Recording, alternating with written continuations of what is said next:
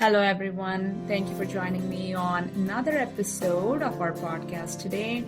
We are available on Spotify, Google Podcast, as well as Apple Podcasts.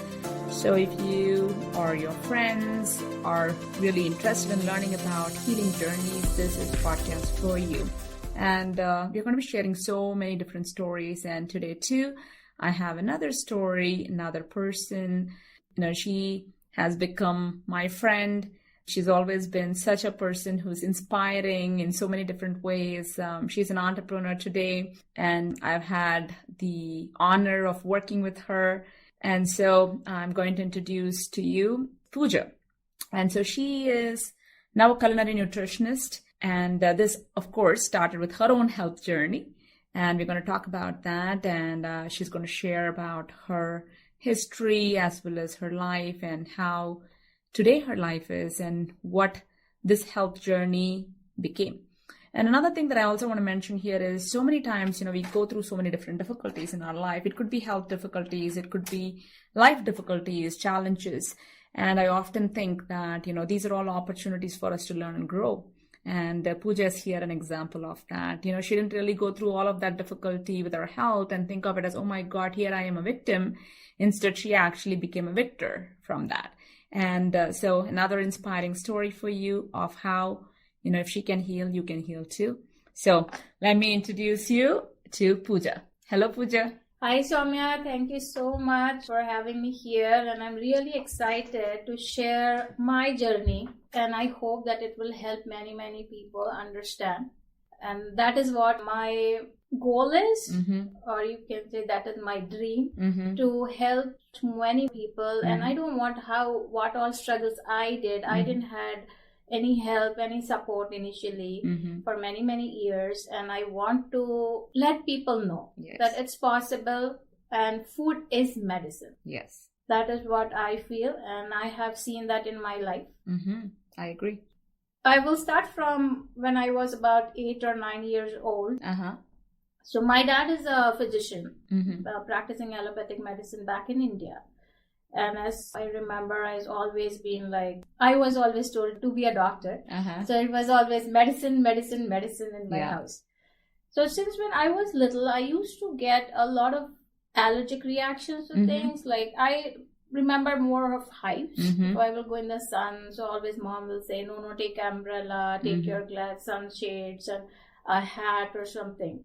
If it was too hot, I will get a lot of hives. And also on different places, like if I'm wearing a bangle or a watch, I will get like all that area will be either some kind of eczema or little small kind of acne kind of things. It will surround it and it will itch.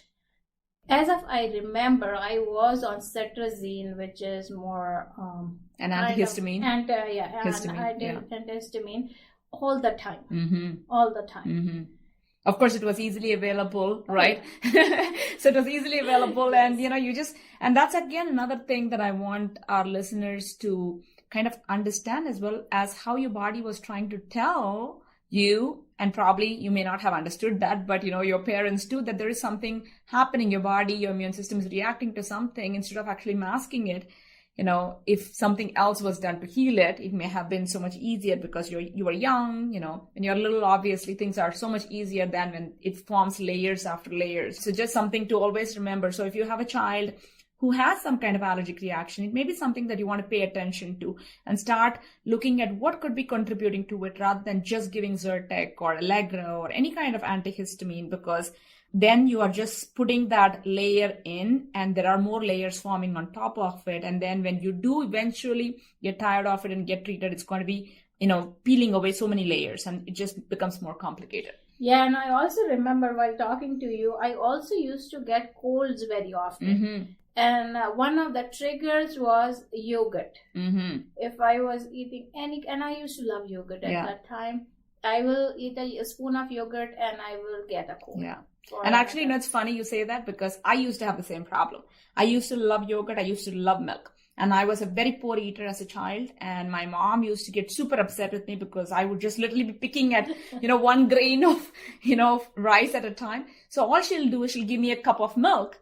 to go to school before, so that's what I would do. Every single morning, my breakfast was not food, it was milk. Because that's all I would be able to drink. Like, if it was something that I could drink, it was easy, right? I didn't have to sit down and eat. So that's what I would do. And I would catch colds often as well at that time. And my father was a physician, and he never knew that as well. And he never did anything about it either. So it's kind of interesting that we have kind of parallels going on here. Yes. Eating wise, it was a little different. My dad was very, very strict on eating. So I never liked milk. My mom used to say when I was 2 years old, I never had milk after that. So it was only tea a little bit. And that too was when I was in high school, not before that. So it was different with the fruits and all. There were a lot of fruits and things in my diet, but yogurt was my weakness, and that was something with every time I will eat and I will get sick. So there was a ban on yogurt in my house. Oh, so they actually did figure that out, though. That's good. They figured it out. That's they good. knew. That's so good. there was a ban that, okay, no yogurt in the house. If she's asking yogurt, she will get sick. Okay. So that was there. No ice cold waters were allowed in my house, because that was another thing. If I drink anything which is ice cold, I will get a throat infection. So that is also one thing which I remember now, that I used to get very, very often a cold, and I used to get sick very, very often. That is, I think when I was in 6th or 7th grade, I was home for more than 1 or 2 months because I got jaundice. I was really sick. Okay. So that was the journey. So that was all, and it was going on fine. And when I got married in 2002, that was the first time I came out alone. I was always in my hometown with my parents, and they were taking care of me. Since then, 2002, I got married, came to a different city in India, and after about 7 or 8 months, we came to US. First time alone, nobody here. And that was, I can say that, I don't know, it was a good start or a bad start, but I learned a lot of things because of that. I got pregnant in 2004. We were in the US again. We went back, came back in 2004. And I was all alone, no friends, nobody there. And I had a I was 25 years old with a very rough pregnancy. I was only 4 weeks pregnant, and I was throwing up, like I was completely dehydrated. So my husband was begging the doctors to please see my wife, and we were just a month we were here, and every single doctor said, no, she's not even 6 weeks pregnant, we will not see her, this and that. And so one doctor said yes, and we went. And after that, he was like literally very thankful. Even doctor himself was like, I'm glad I saw you, because you were completely dehydrated at a 4 weeks pregnancy. It would have been a miscarriage. They kept me there, and after that, for all next 2 to 3 months, I was either hospitalized or I was on medications with a pump in my leg with Zofran for hyperemesis. Yeah, because I was not even able to keep up the water in. So they said it's a very high risk pregnancy. Don't tell anybody about it till it's 5 months. Around that time, they were able to get me off the pump, but then I was on the pills. So that was something. So throughout the pregnancy, you had to take medications for your vomiting. Yes. Okay. And also, I was not able to handle foods. I was not able to handle smells, and we were all alone. And that was something which I regret today, that why I didn't have that much knowledge, or why we don't teach our children those things. Even though my dad was really, really good with diet. As I can say now, he was the most healthiest person, and diet-wise and everything. But we were never taught. Because we think that, and I understand the same thing, because that's true for me as well. Like, my father was very good at buying fruits, vegetables. We had to eat our vegetables. We had to eat our fruits.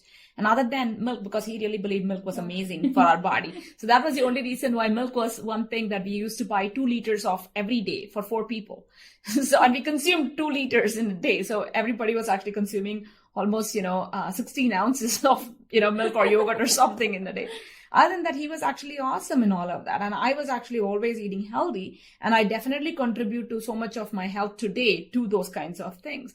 But it wasn't, again, taught. It wasn't told that we eat this way because of something. But also in another way to think about it is back then, you didn't eat another way. Most people ate that way because most people actually, ate vegetables and fruits. Most people are also average or below average, which means you didn't really eat a whole lot of fried foods or a whole lot of sweets. Those were all like kept for occasions, right?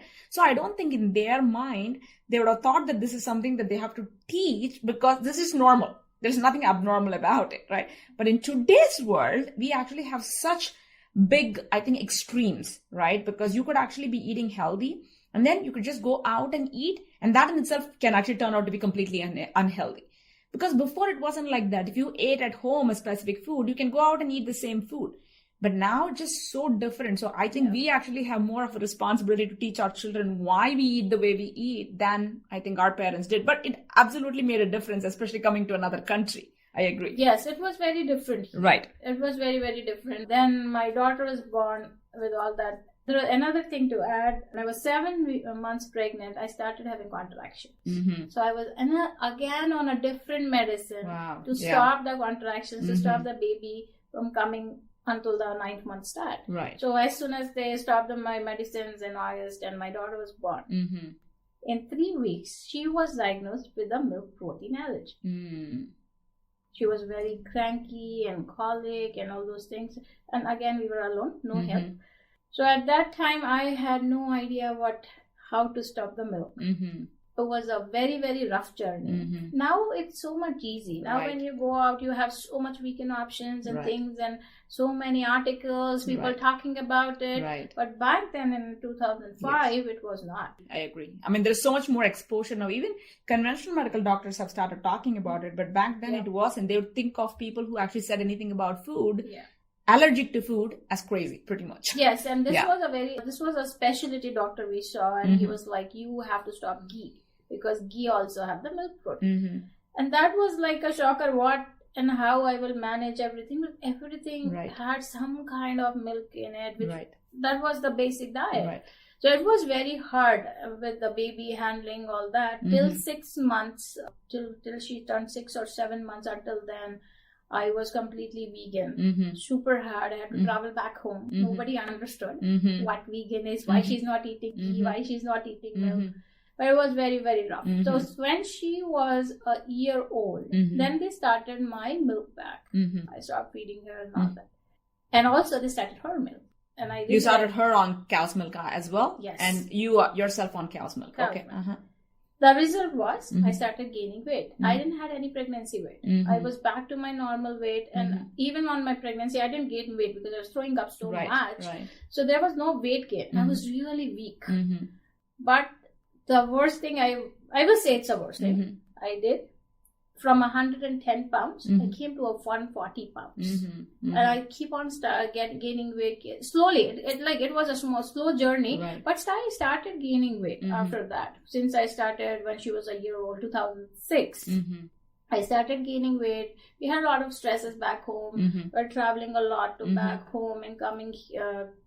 So 2008, we moved to Arizona, and right before moving, I think, if I recall, it was December of 2007.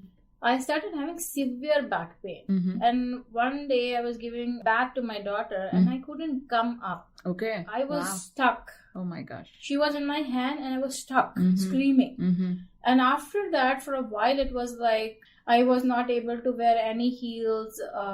It was very hard for me to hold her and walk. And even for small walks and all, it started giving problems. So because we were moving, it was all the packing going on and all. So we were like, my family doctor at that time suggested go see a chiropractor or something. So she told me that my back is degenerating. Wow. And you were what, 27, 28 at that point in time? I think so, yeah. Not more than that. It's kind of crazy, right? Like, I mean, at 27, 28, if things are degenerating, there is something wrong with this whole picture. Yes, I was 27. I was 27 and she thought that it was like the baby was too heavy and I was holding her all the time. It might be the bad pregnancy and all those things. And I was lacking it. But I was only able to take 1 or 2 sessions from her as we were moving and things. So she suggested that right after I go to Arizona, I have to see a chiropractor.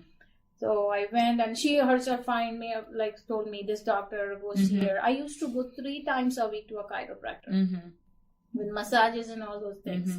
That was like kind of from there, the things started going rough again. Initially it was okay. It was so I felt I was too busy with the baby that I was not able to take care of me.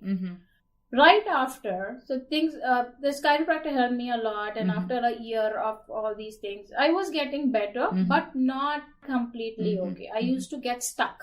I was making tortillas or cooking, and your back will just, become stiff and jam up. And even though 3 times chiropractor was like hard to go, 3 times chiropractor, 1 time massage every week. That was the thing for a while. And another problem, I started having high heart palpitations. So my heart rate will be more than 120, 130. While sitting, while resting. So they did all the testing. They couldn't find anything that why it is. I was on a heart monitor for almost a month or so. I don't recall exactly, but it was more than a month. And on a resting rate. They couldn't find anything. They did a lot of testing, and they said maybe it's a genetic issue or something. They couldn't figure out. Later, one of my doctor, I think my naturopath, she figured out that it was anemia. That was way later. But they at least they said, oh, you are fine.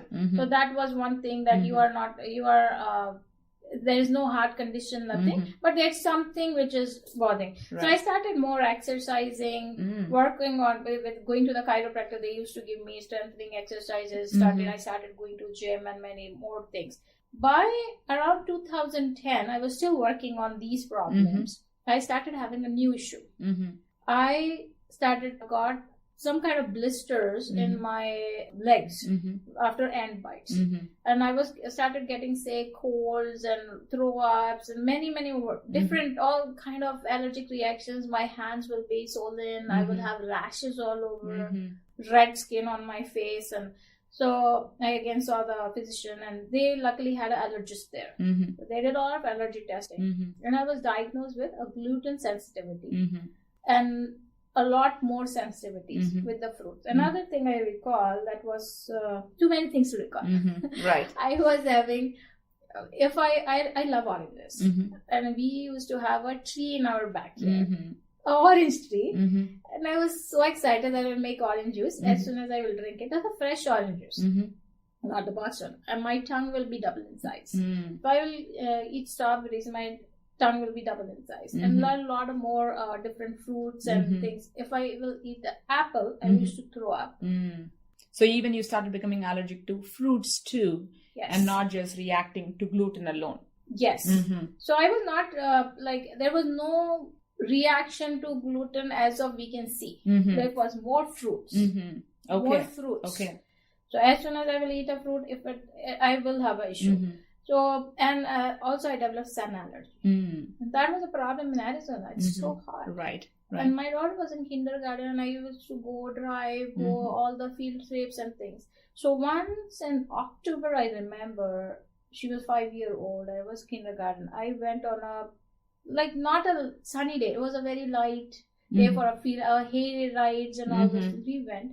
And when I came back, I started itching. I started itching there. So when I came back, my face was blood red. Wow. My nose was blood red. My tongue was swollen. And it was so much itching that I was washing my face with ice cold milk, putting ice on it. There was nothing. No relief. Not even from medications. No relief. And I was on, and this was going on from a while. So it was not new. But this was the worst. Right. So I was on Allegra, Zyrtec, and I used to take 2 Zyrtecs a day, which was 24 hours, only one you were supposed to take. And now the point was, before it was helping me. So I was managing with, my tongue will be swollen, I will take a Zyrtec, or I will take a Allegra, or the whatever the antihistamine doctor will give me. But this time, nothing was working. At that point time, I actually thank my allergies for many things because it was too bad. And one of my friend was a massage therapist. She's still my very good friend, and her daughter and my daughter used to be in the same kindergarten. We were still together in the field trip. So she suggested me seeing her naturopathic doctor. She was like, you're not looking good at all, so it will be expensive, but please try. So I was like, at that point I was really fed up. Right. It was getting worse. Right. And nothing was helping me. My physician was a very good friend of mine. She was not able to help me. Right. So I saw this doctor. She is a chiropractor and a naturopathic doctor as well. And as well as she used to do a lot of energy work and things. So she said, okay, let's work on your diet. So she suggested me to switch to organic strawberries, organic fruits. And we were already doing organic meat by then. We were doing organic milk by then, organic butter. At least some things we were already switched on. So I started switching. The big change was I was able to eat strawberries when they were organic.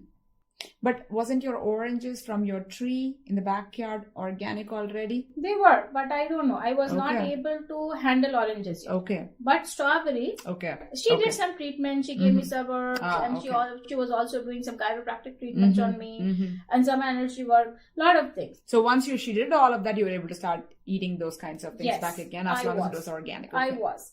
So she also helped me with a lot of lentil allergies and things as well. There were many. So she said, do this. And my sun allergy started coming down in 3 months. It was going better, like I was feeling better. But something shifted and I started having a really bad eczema on my hand. It was bad, like the blood will ooze out and all those things. It was a really big patch. And as you know, people don't help. Right. They will taunt you for multiple things. But my weight was again up. All my labs were up. My thyroid was up. My cholesterol was up. Every single thing was high. Not looking good. So slowly she said, like, you should start more on diet and things. I was like, okay, fine. I started as much as possible. So we stopped all the white flours. We stopped it. We reduced drastically the fried food. We started having more fruits, but still I was not able to manage with fruits. I used to get migraines. An apple, like she was suggesting me, eat apples, drink more orange juice and things. If I will eat orange juice, drink orange juice, I will get a migraine.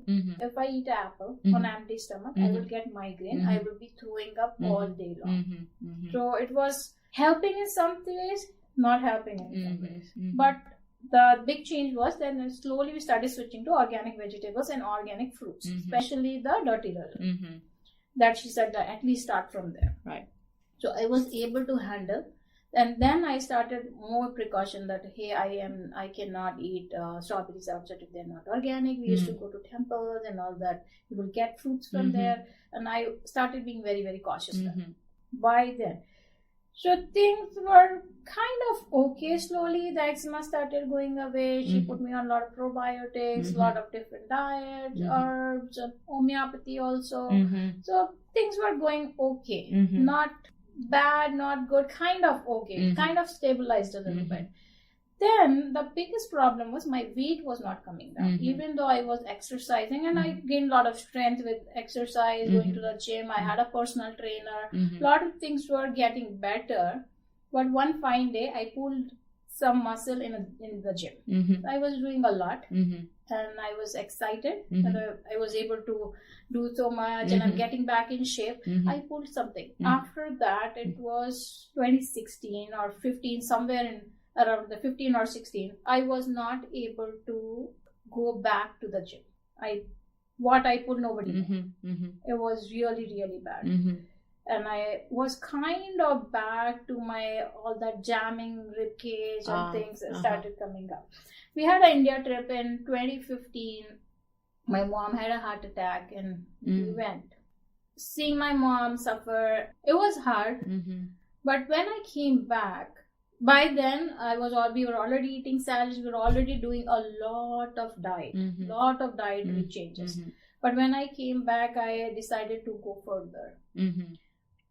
Because obviously seeing your mom like that, obviously you don't want to go through that, right? I mean, if you want to change something, and that's actually something that is, I think, worth applauding, because a lot of people, they kind of settle into, well, my father has it, my mom has it, maybe I'll have it, and they actually go into fear instead of springing into action. And I often say about how when we see something that is not right for us, then we need to spring into action so we can actually change the course of our life instead of thinking that, oh my God, my mom or dad has it, which means that I'm going to actually get it too.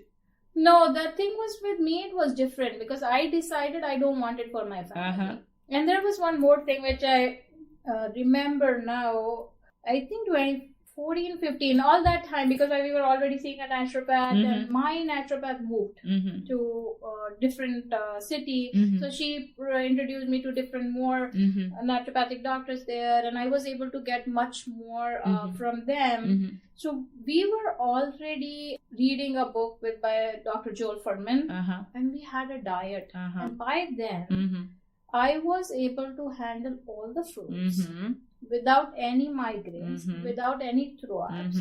And we used to eat, our breakfast was a pound or two of fruits every day. That was a breakfast every single day. I was not eating any cooked food after that, but my husband and daughter used to have some oats or something. And that too, I started juicing by that time. So I will give them a green juice. I will have a green juice for me. And we started adding salads in our diet. So mine was only salads, and they were having some like moong dal, like a crisp or something, or a little bit lentil rice. So we started shifting. We had a lot of dietary changes in 2015. Result was right before going to India. We went in India in December 2015. My husband's, all his labs were normal. He was off statin. And he used to be before on it. He used to be. So many people are on it. Yes. And that too, thank you to my naturopathic doctor, because she suggested me while she was treating me. One fine day I was just talking about it, and he said, no, he's so young. Why he's on statins? Why on the blood pressure medicine? And then he started the journey with me. He started going to the gym. He started dieting, and he was off blood pressure medicines. He was off cholesterol medicines. And he was what, in his 30s, early 30s? Early 30s when he was on blood pressure medication and statins. Yes, wow. And he was, and I think, no, if I remember, it was not. He was in his 20s, late 20s, wow, when they started in India. Okay. Because your father have blood pressure, your is a little bit high. He started on. Wow, okay. So, but it was up and down, and so he was off all that, and everything was going really well. When we came back, by then my daughter was diagnosed with gluten allergies. She was again diagnosed with the milk protein allergy. And my naturopath told me that it's time for me also to stop the gluten. That is something she was not able to treat. So I stopped it. I lost 10 pounds in a month. Wow. Even though I was eating all the cooked food. No, that's wonderful. This is actually a place where I want to point out that so many times when the body isn't able to, process something, break down something, then it becomes toxic for you. In Ayurveda, that's what we say. What isn't digested is toxic for you, period, right? So which means that when we don't take that into consideration and we just keep eating the foods because we don't necessarily have an immediate reaction to it, but this can be more of, in some cases, it's even like in one of the other person that I actually interviewed, her son, when he eats gluten, he actually has more of a psychological, behavioral issues and more like hyperactivity and things like that. So sometimes kids actually have reaction to foods in those kinds of ways as well. In women, it can actually mean like more weight gain and so on and so forth, or hypothyroidism. So there can be so many things that can go wrong rather than thinking of it as, oh, I need to actually have diarrhea if I am not, if I'm allergic to it, or I need to have hives if I am allergic to it. If I don't have these reactions and I'm not allergic to it, it's not really, I think, a good idea for our listeners. So, listen to your body a little bit better than that. If it's not making sense, like if let's say you are eating well and it's not making sense anymore, that you're still not able to lose weight and all that, then we may need to think about what healthy foods that you eat that may still not be digesting properly, that may not be good for your body. Yes, that was a big shocker to me. Another, and I know you actually grew up on wheat primarily, right? Yes. So to actually stop that is extremely difficult and challenging, and it's almost like what do you eat after that? Stopping milk was kind of okay. It was not much of a problem. But stopping wheat was a problem. So from there, I will say my food journey started. I started experimenting so much. I started reading about gluten. I started reading what all this will have gluten, that will have gluten. So I started creating recipes. I started creating a lot more things to feed that 5, 6, 7 year old. But I started seeing differences in me. I lost 10 pounds all of a sudden. Then I saw we were moving to Dallas in 2016. Again, a move, lot of stress.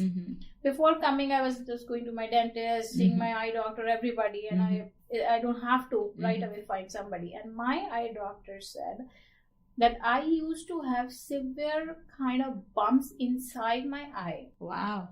And she prescribed me a really expensive eye drop for that. And she asked me, what did you do? Not a single bump. Ah, wow. And it was there from 2018 till 2008, you mean? 2008. Since 2008 till 2015. So I stopped the gluten around that time. So 2016 April I saw her and she said not a single bump. Wow, how interesting that inflammation was even in your eyes. That actually got better once the inflammation kind of calmed down because you took out the food that was causing the inflammation. I told her the only new thing is I stopped wheat. And she was like, she was not convinced. Right. But she said that, but I can see the difference. So maybe that was it. So that was another big thing because I got rid of that eye drop which I was taking. After that, I started detoxing more. By that time, I had 3 naturopaths, 2, 3 chiropractors, massage therapists. There was the whole team, whole different. Right. And but I started on a very, very severe, intense detox. I was on juices and fruits only for 3 months. Before that was going on while we were moving. Every single lab was normal. I was no more anemic. I was drinking so much green juice. I was eating fruits and things. And this is important to note as well because a lot of people think, we'll become protein deficient. Right? That's a big deal actually. Whenever, even I have put you on as well.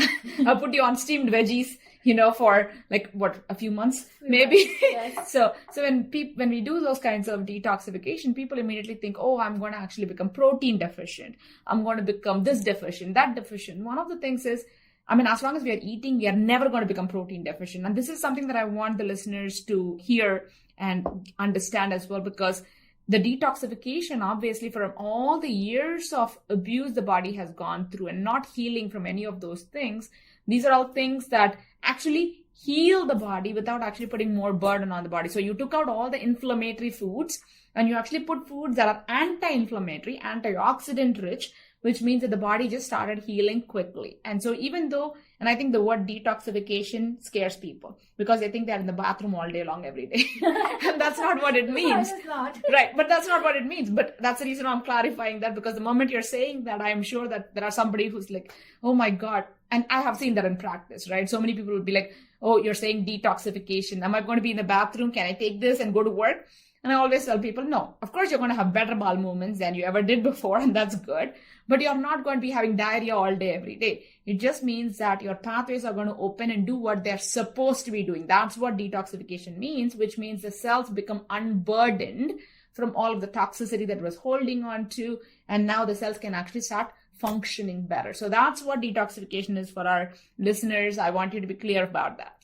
All right, go on. So after that, I met you. 2016 November, I still remember. Yeah. And the whole new journey started with homeopathy. Yes. I was already doing homeopathy, but meeting you was more and more homeopathy, and a lot of things changed after that. I started working with you, and I also did the nutrition certifications and learned so much in the practice while working here. Yes. Since then, no going back. And right now, I am grain-free. I cook grain-free. I am gluten-free. I am vegan. The whole family is right now. And I don't feel we are missing anything. Deprived of anything. We make cakes. Yes, we do. With no oil, no sugars, or coconut sugar, something with that. On special occasions, we do a lot of things. We do pastas, but they are lentil pastas. They're not the wheat pastas. We do noodles. We do millet noodles sometimes, although I'm grain-free, but sometimes I do take millet noodles. So what I want to say is, it's like, don't be afraid. Everything has a substitute. Right. There is a substitute to a Oreo, which is much healthier than the actual Oreo. Right. There is a substitute to another cracker. Do you want to give some substitutes to our listeners so they actually can open their eyes and see there's maybe other things? Because I know a lot of people become scared. Even taking one thing out of their diet makes them feel like they won't be able to eat anything.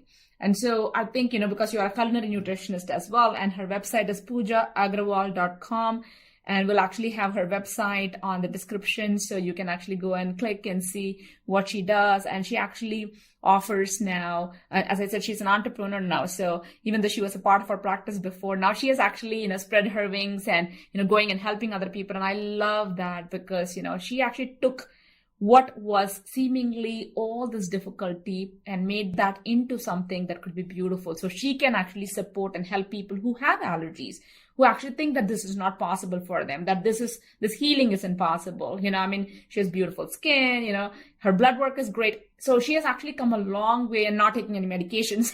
So it's a long way, but she has actually found so many things which wasn't commonly available back then, but she made it because she never gave up on herself or her child. She was always, willing to learn and finding people in her life, the team that she was talking about, to be able to get where she needed to be. So if that is possible for her, this is possible for you as well.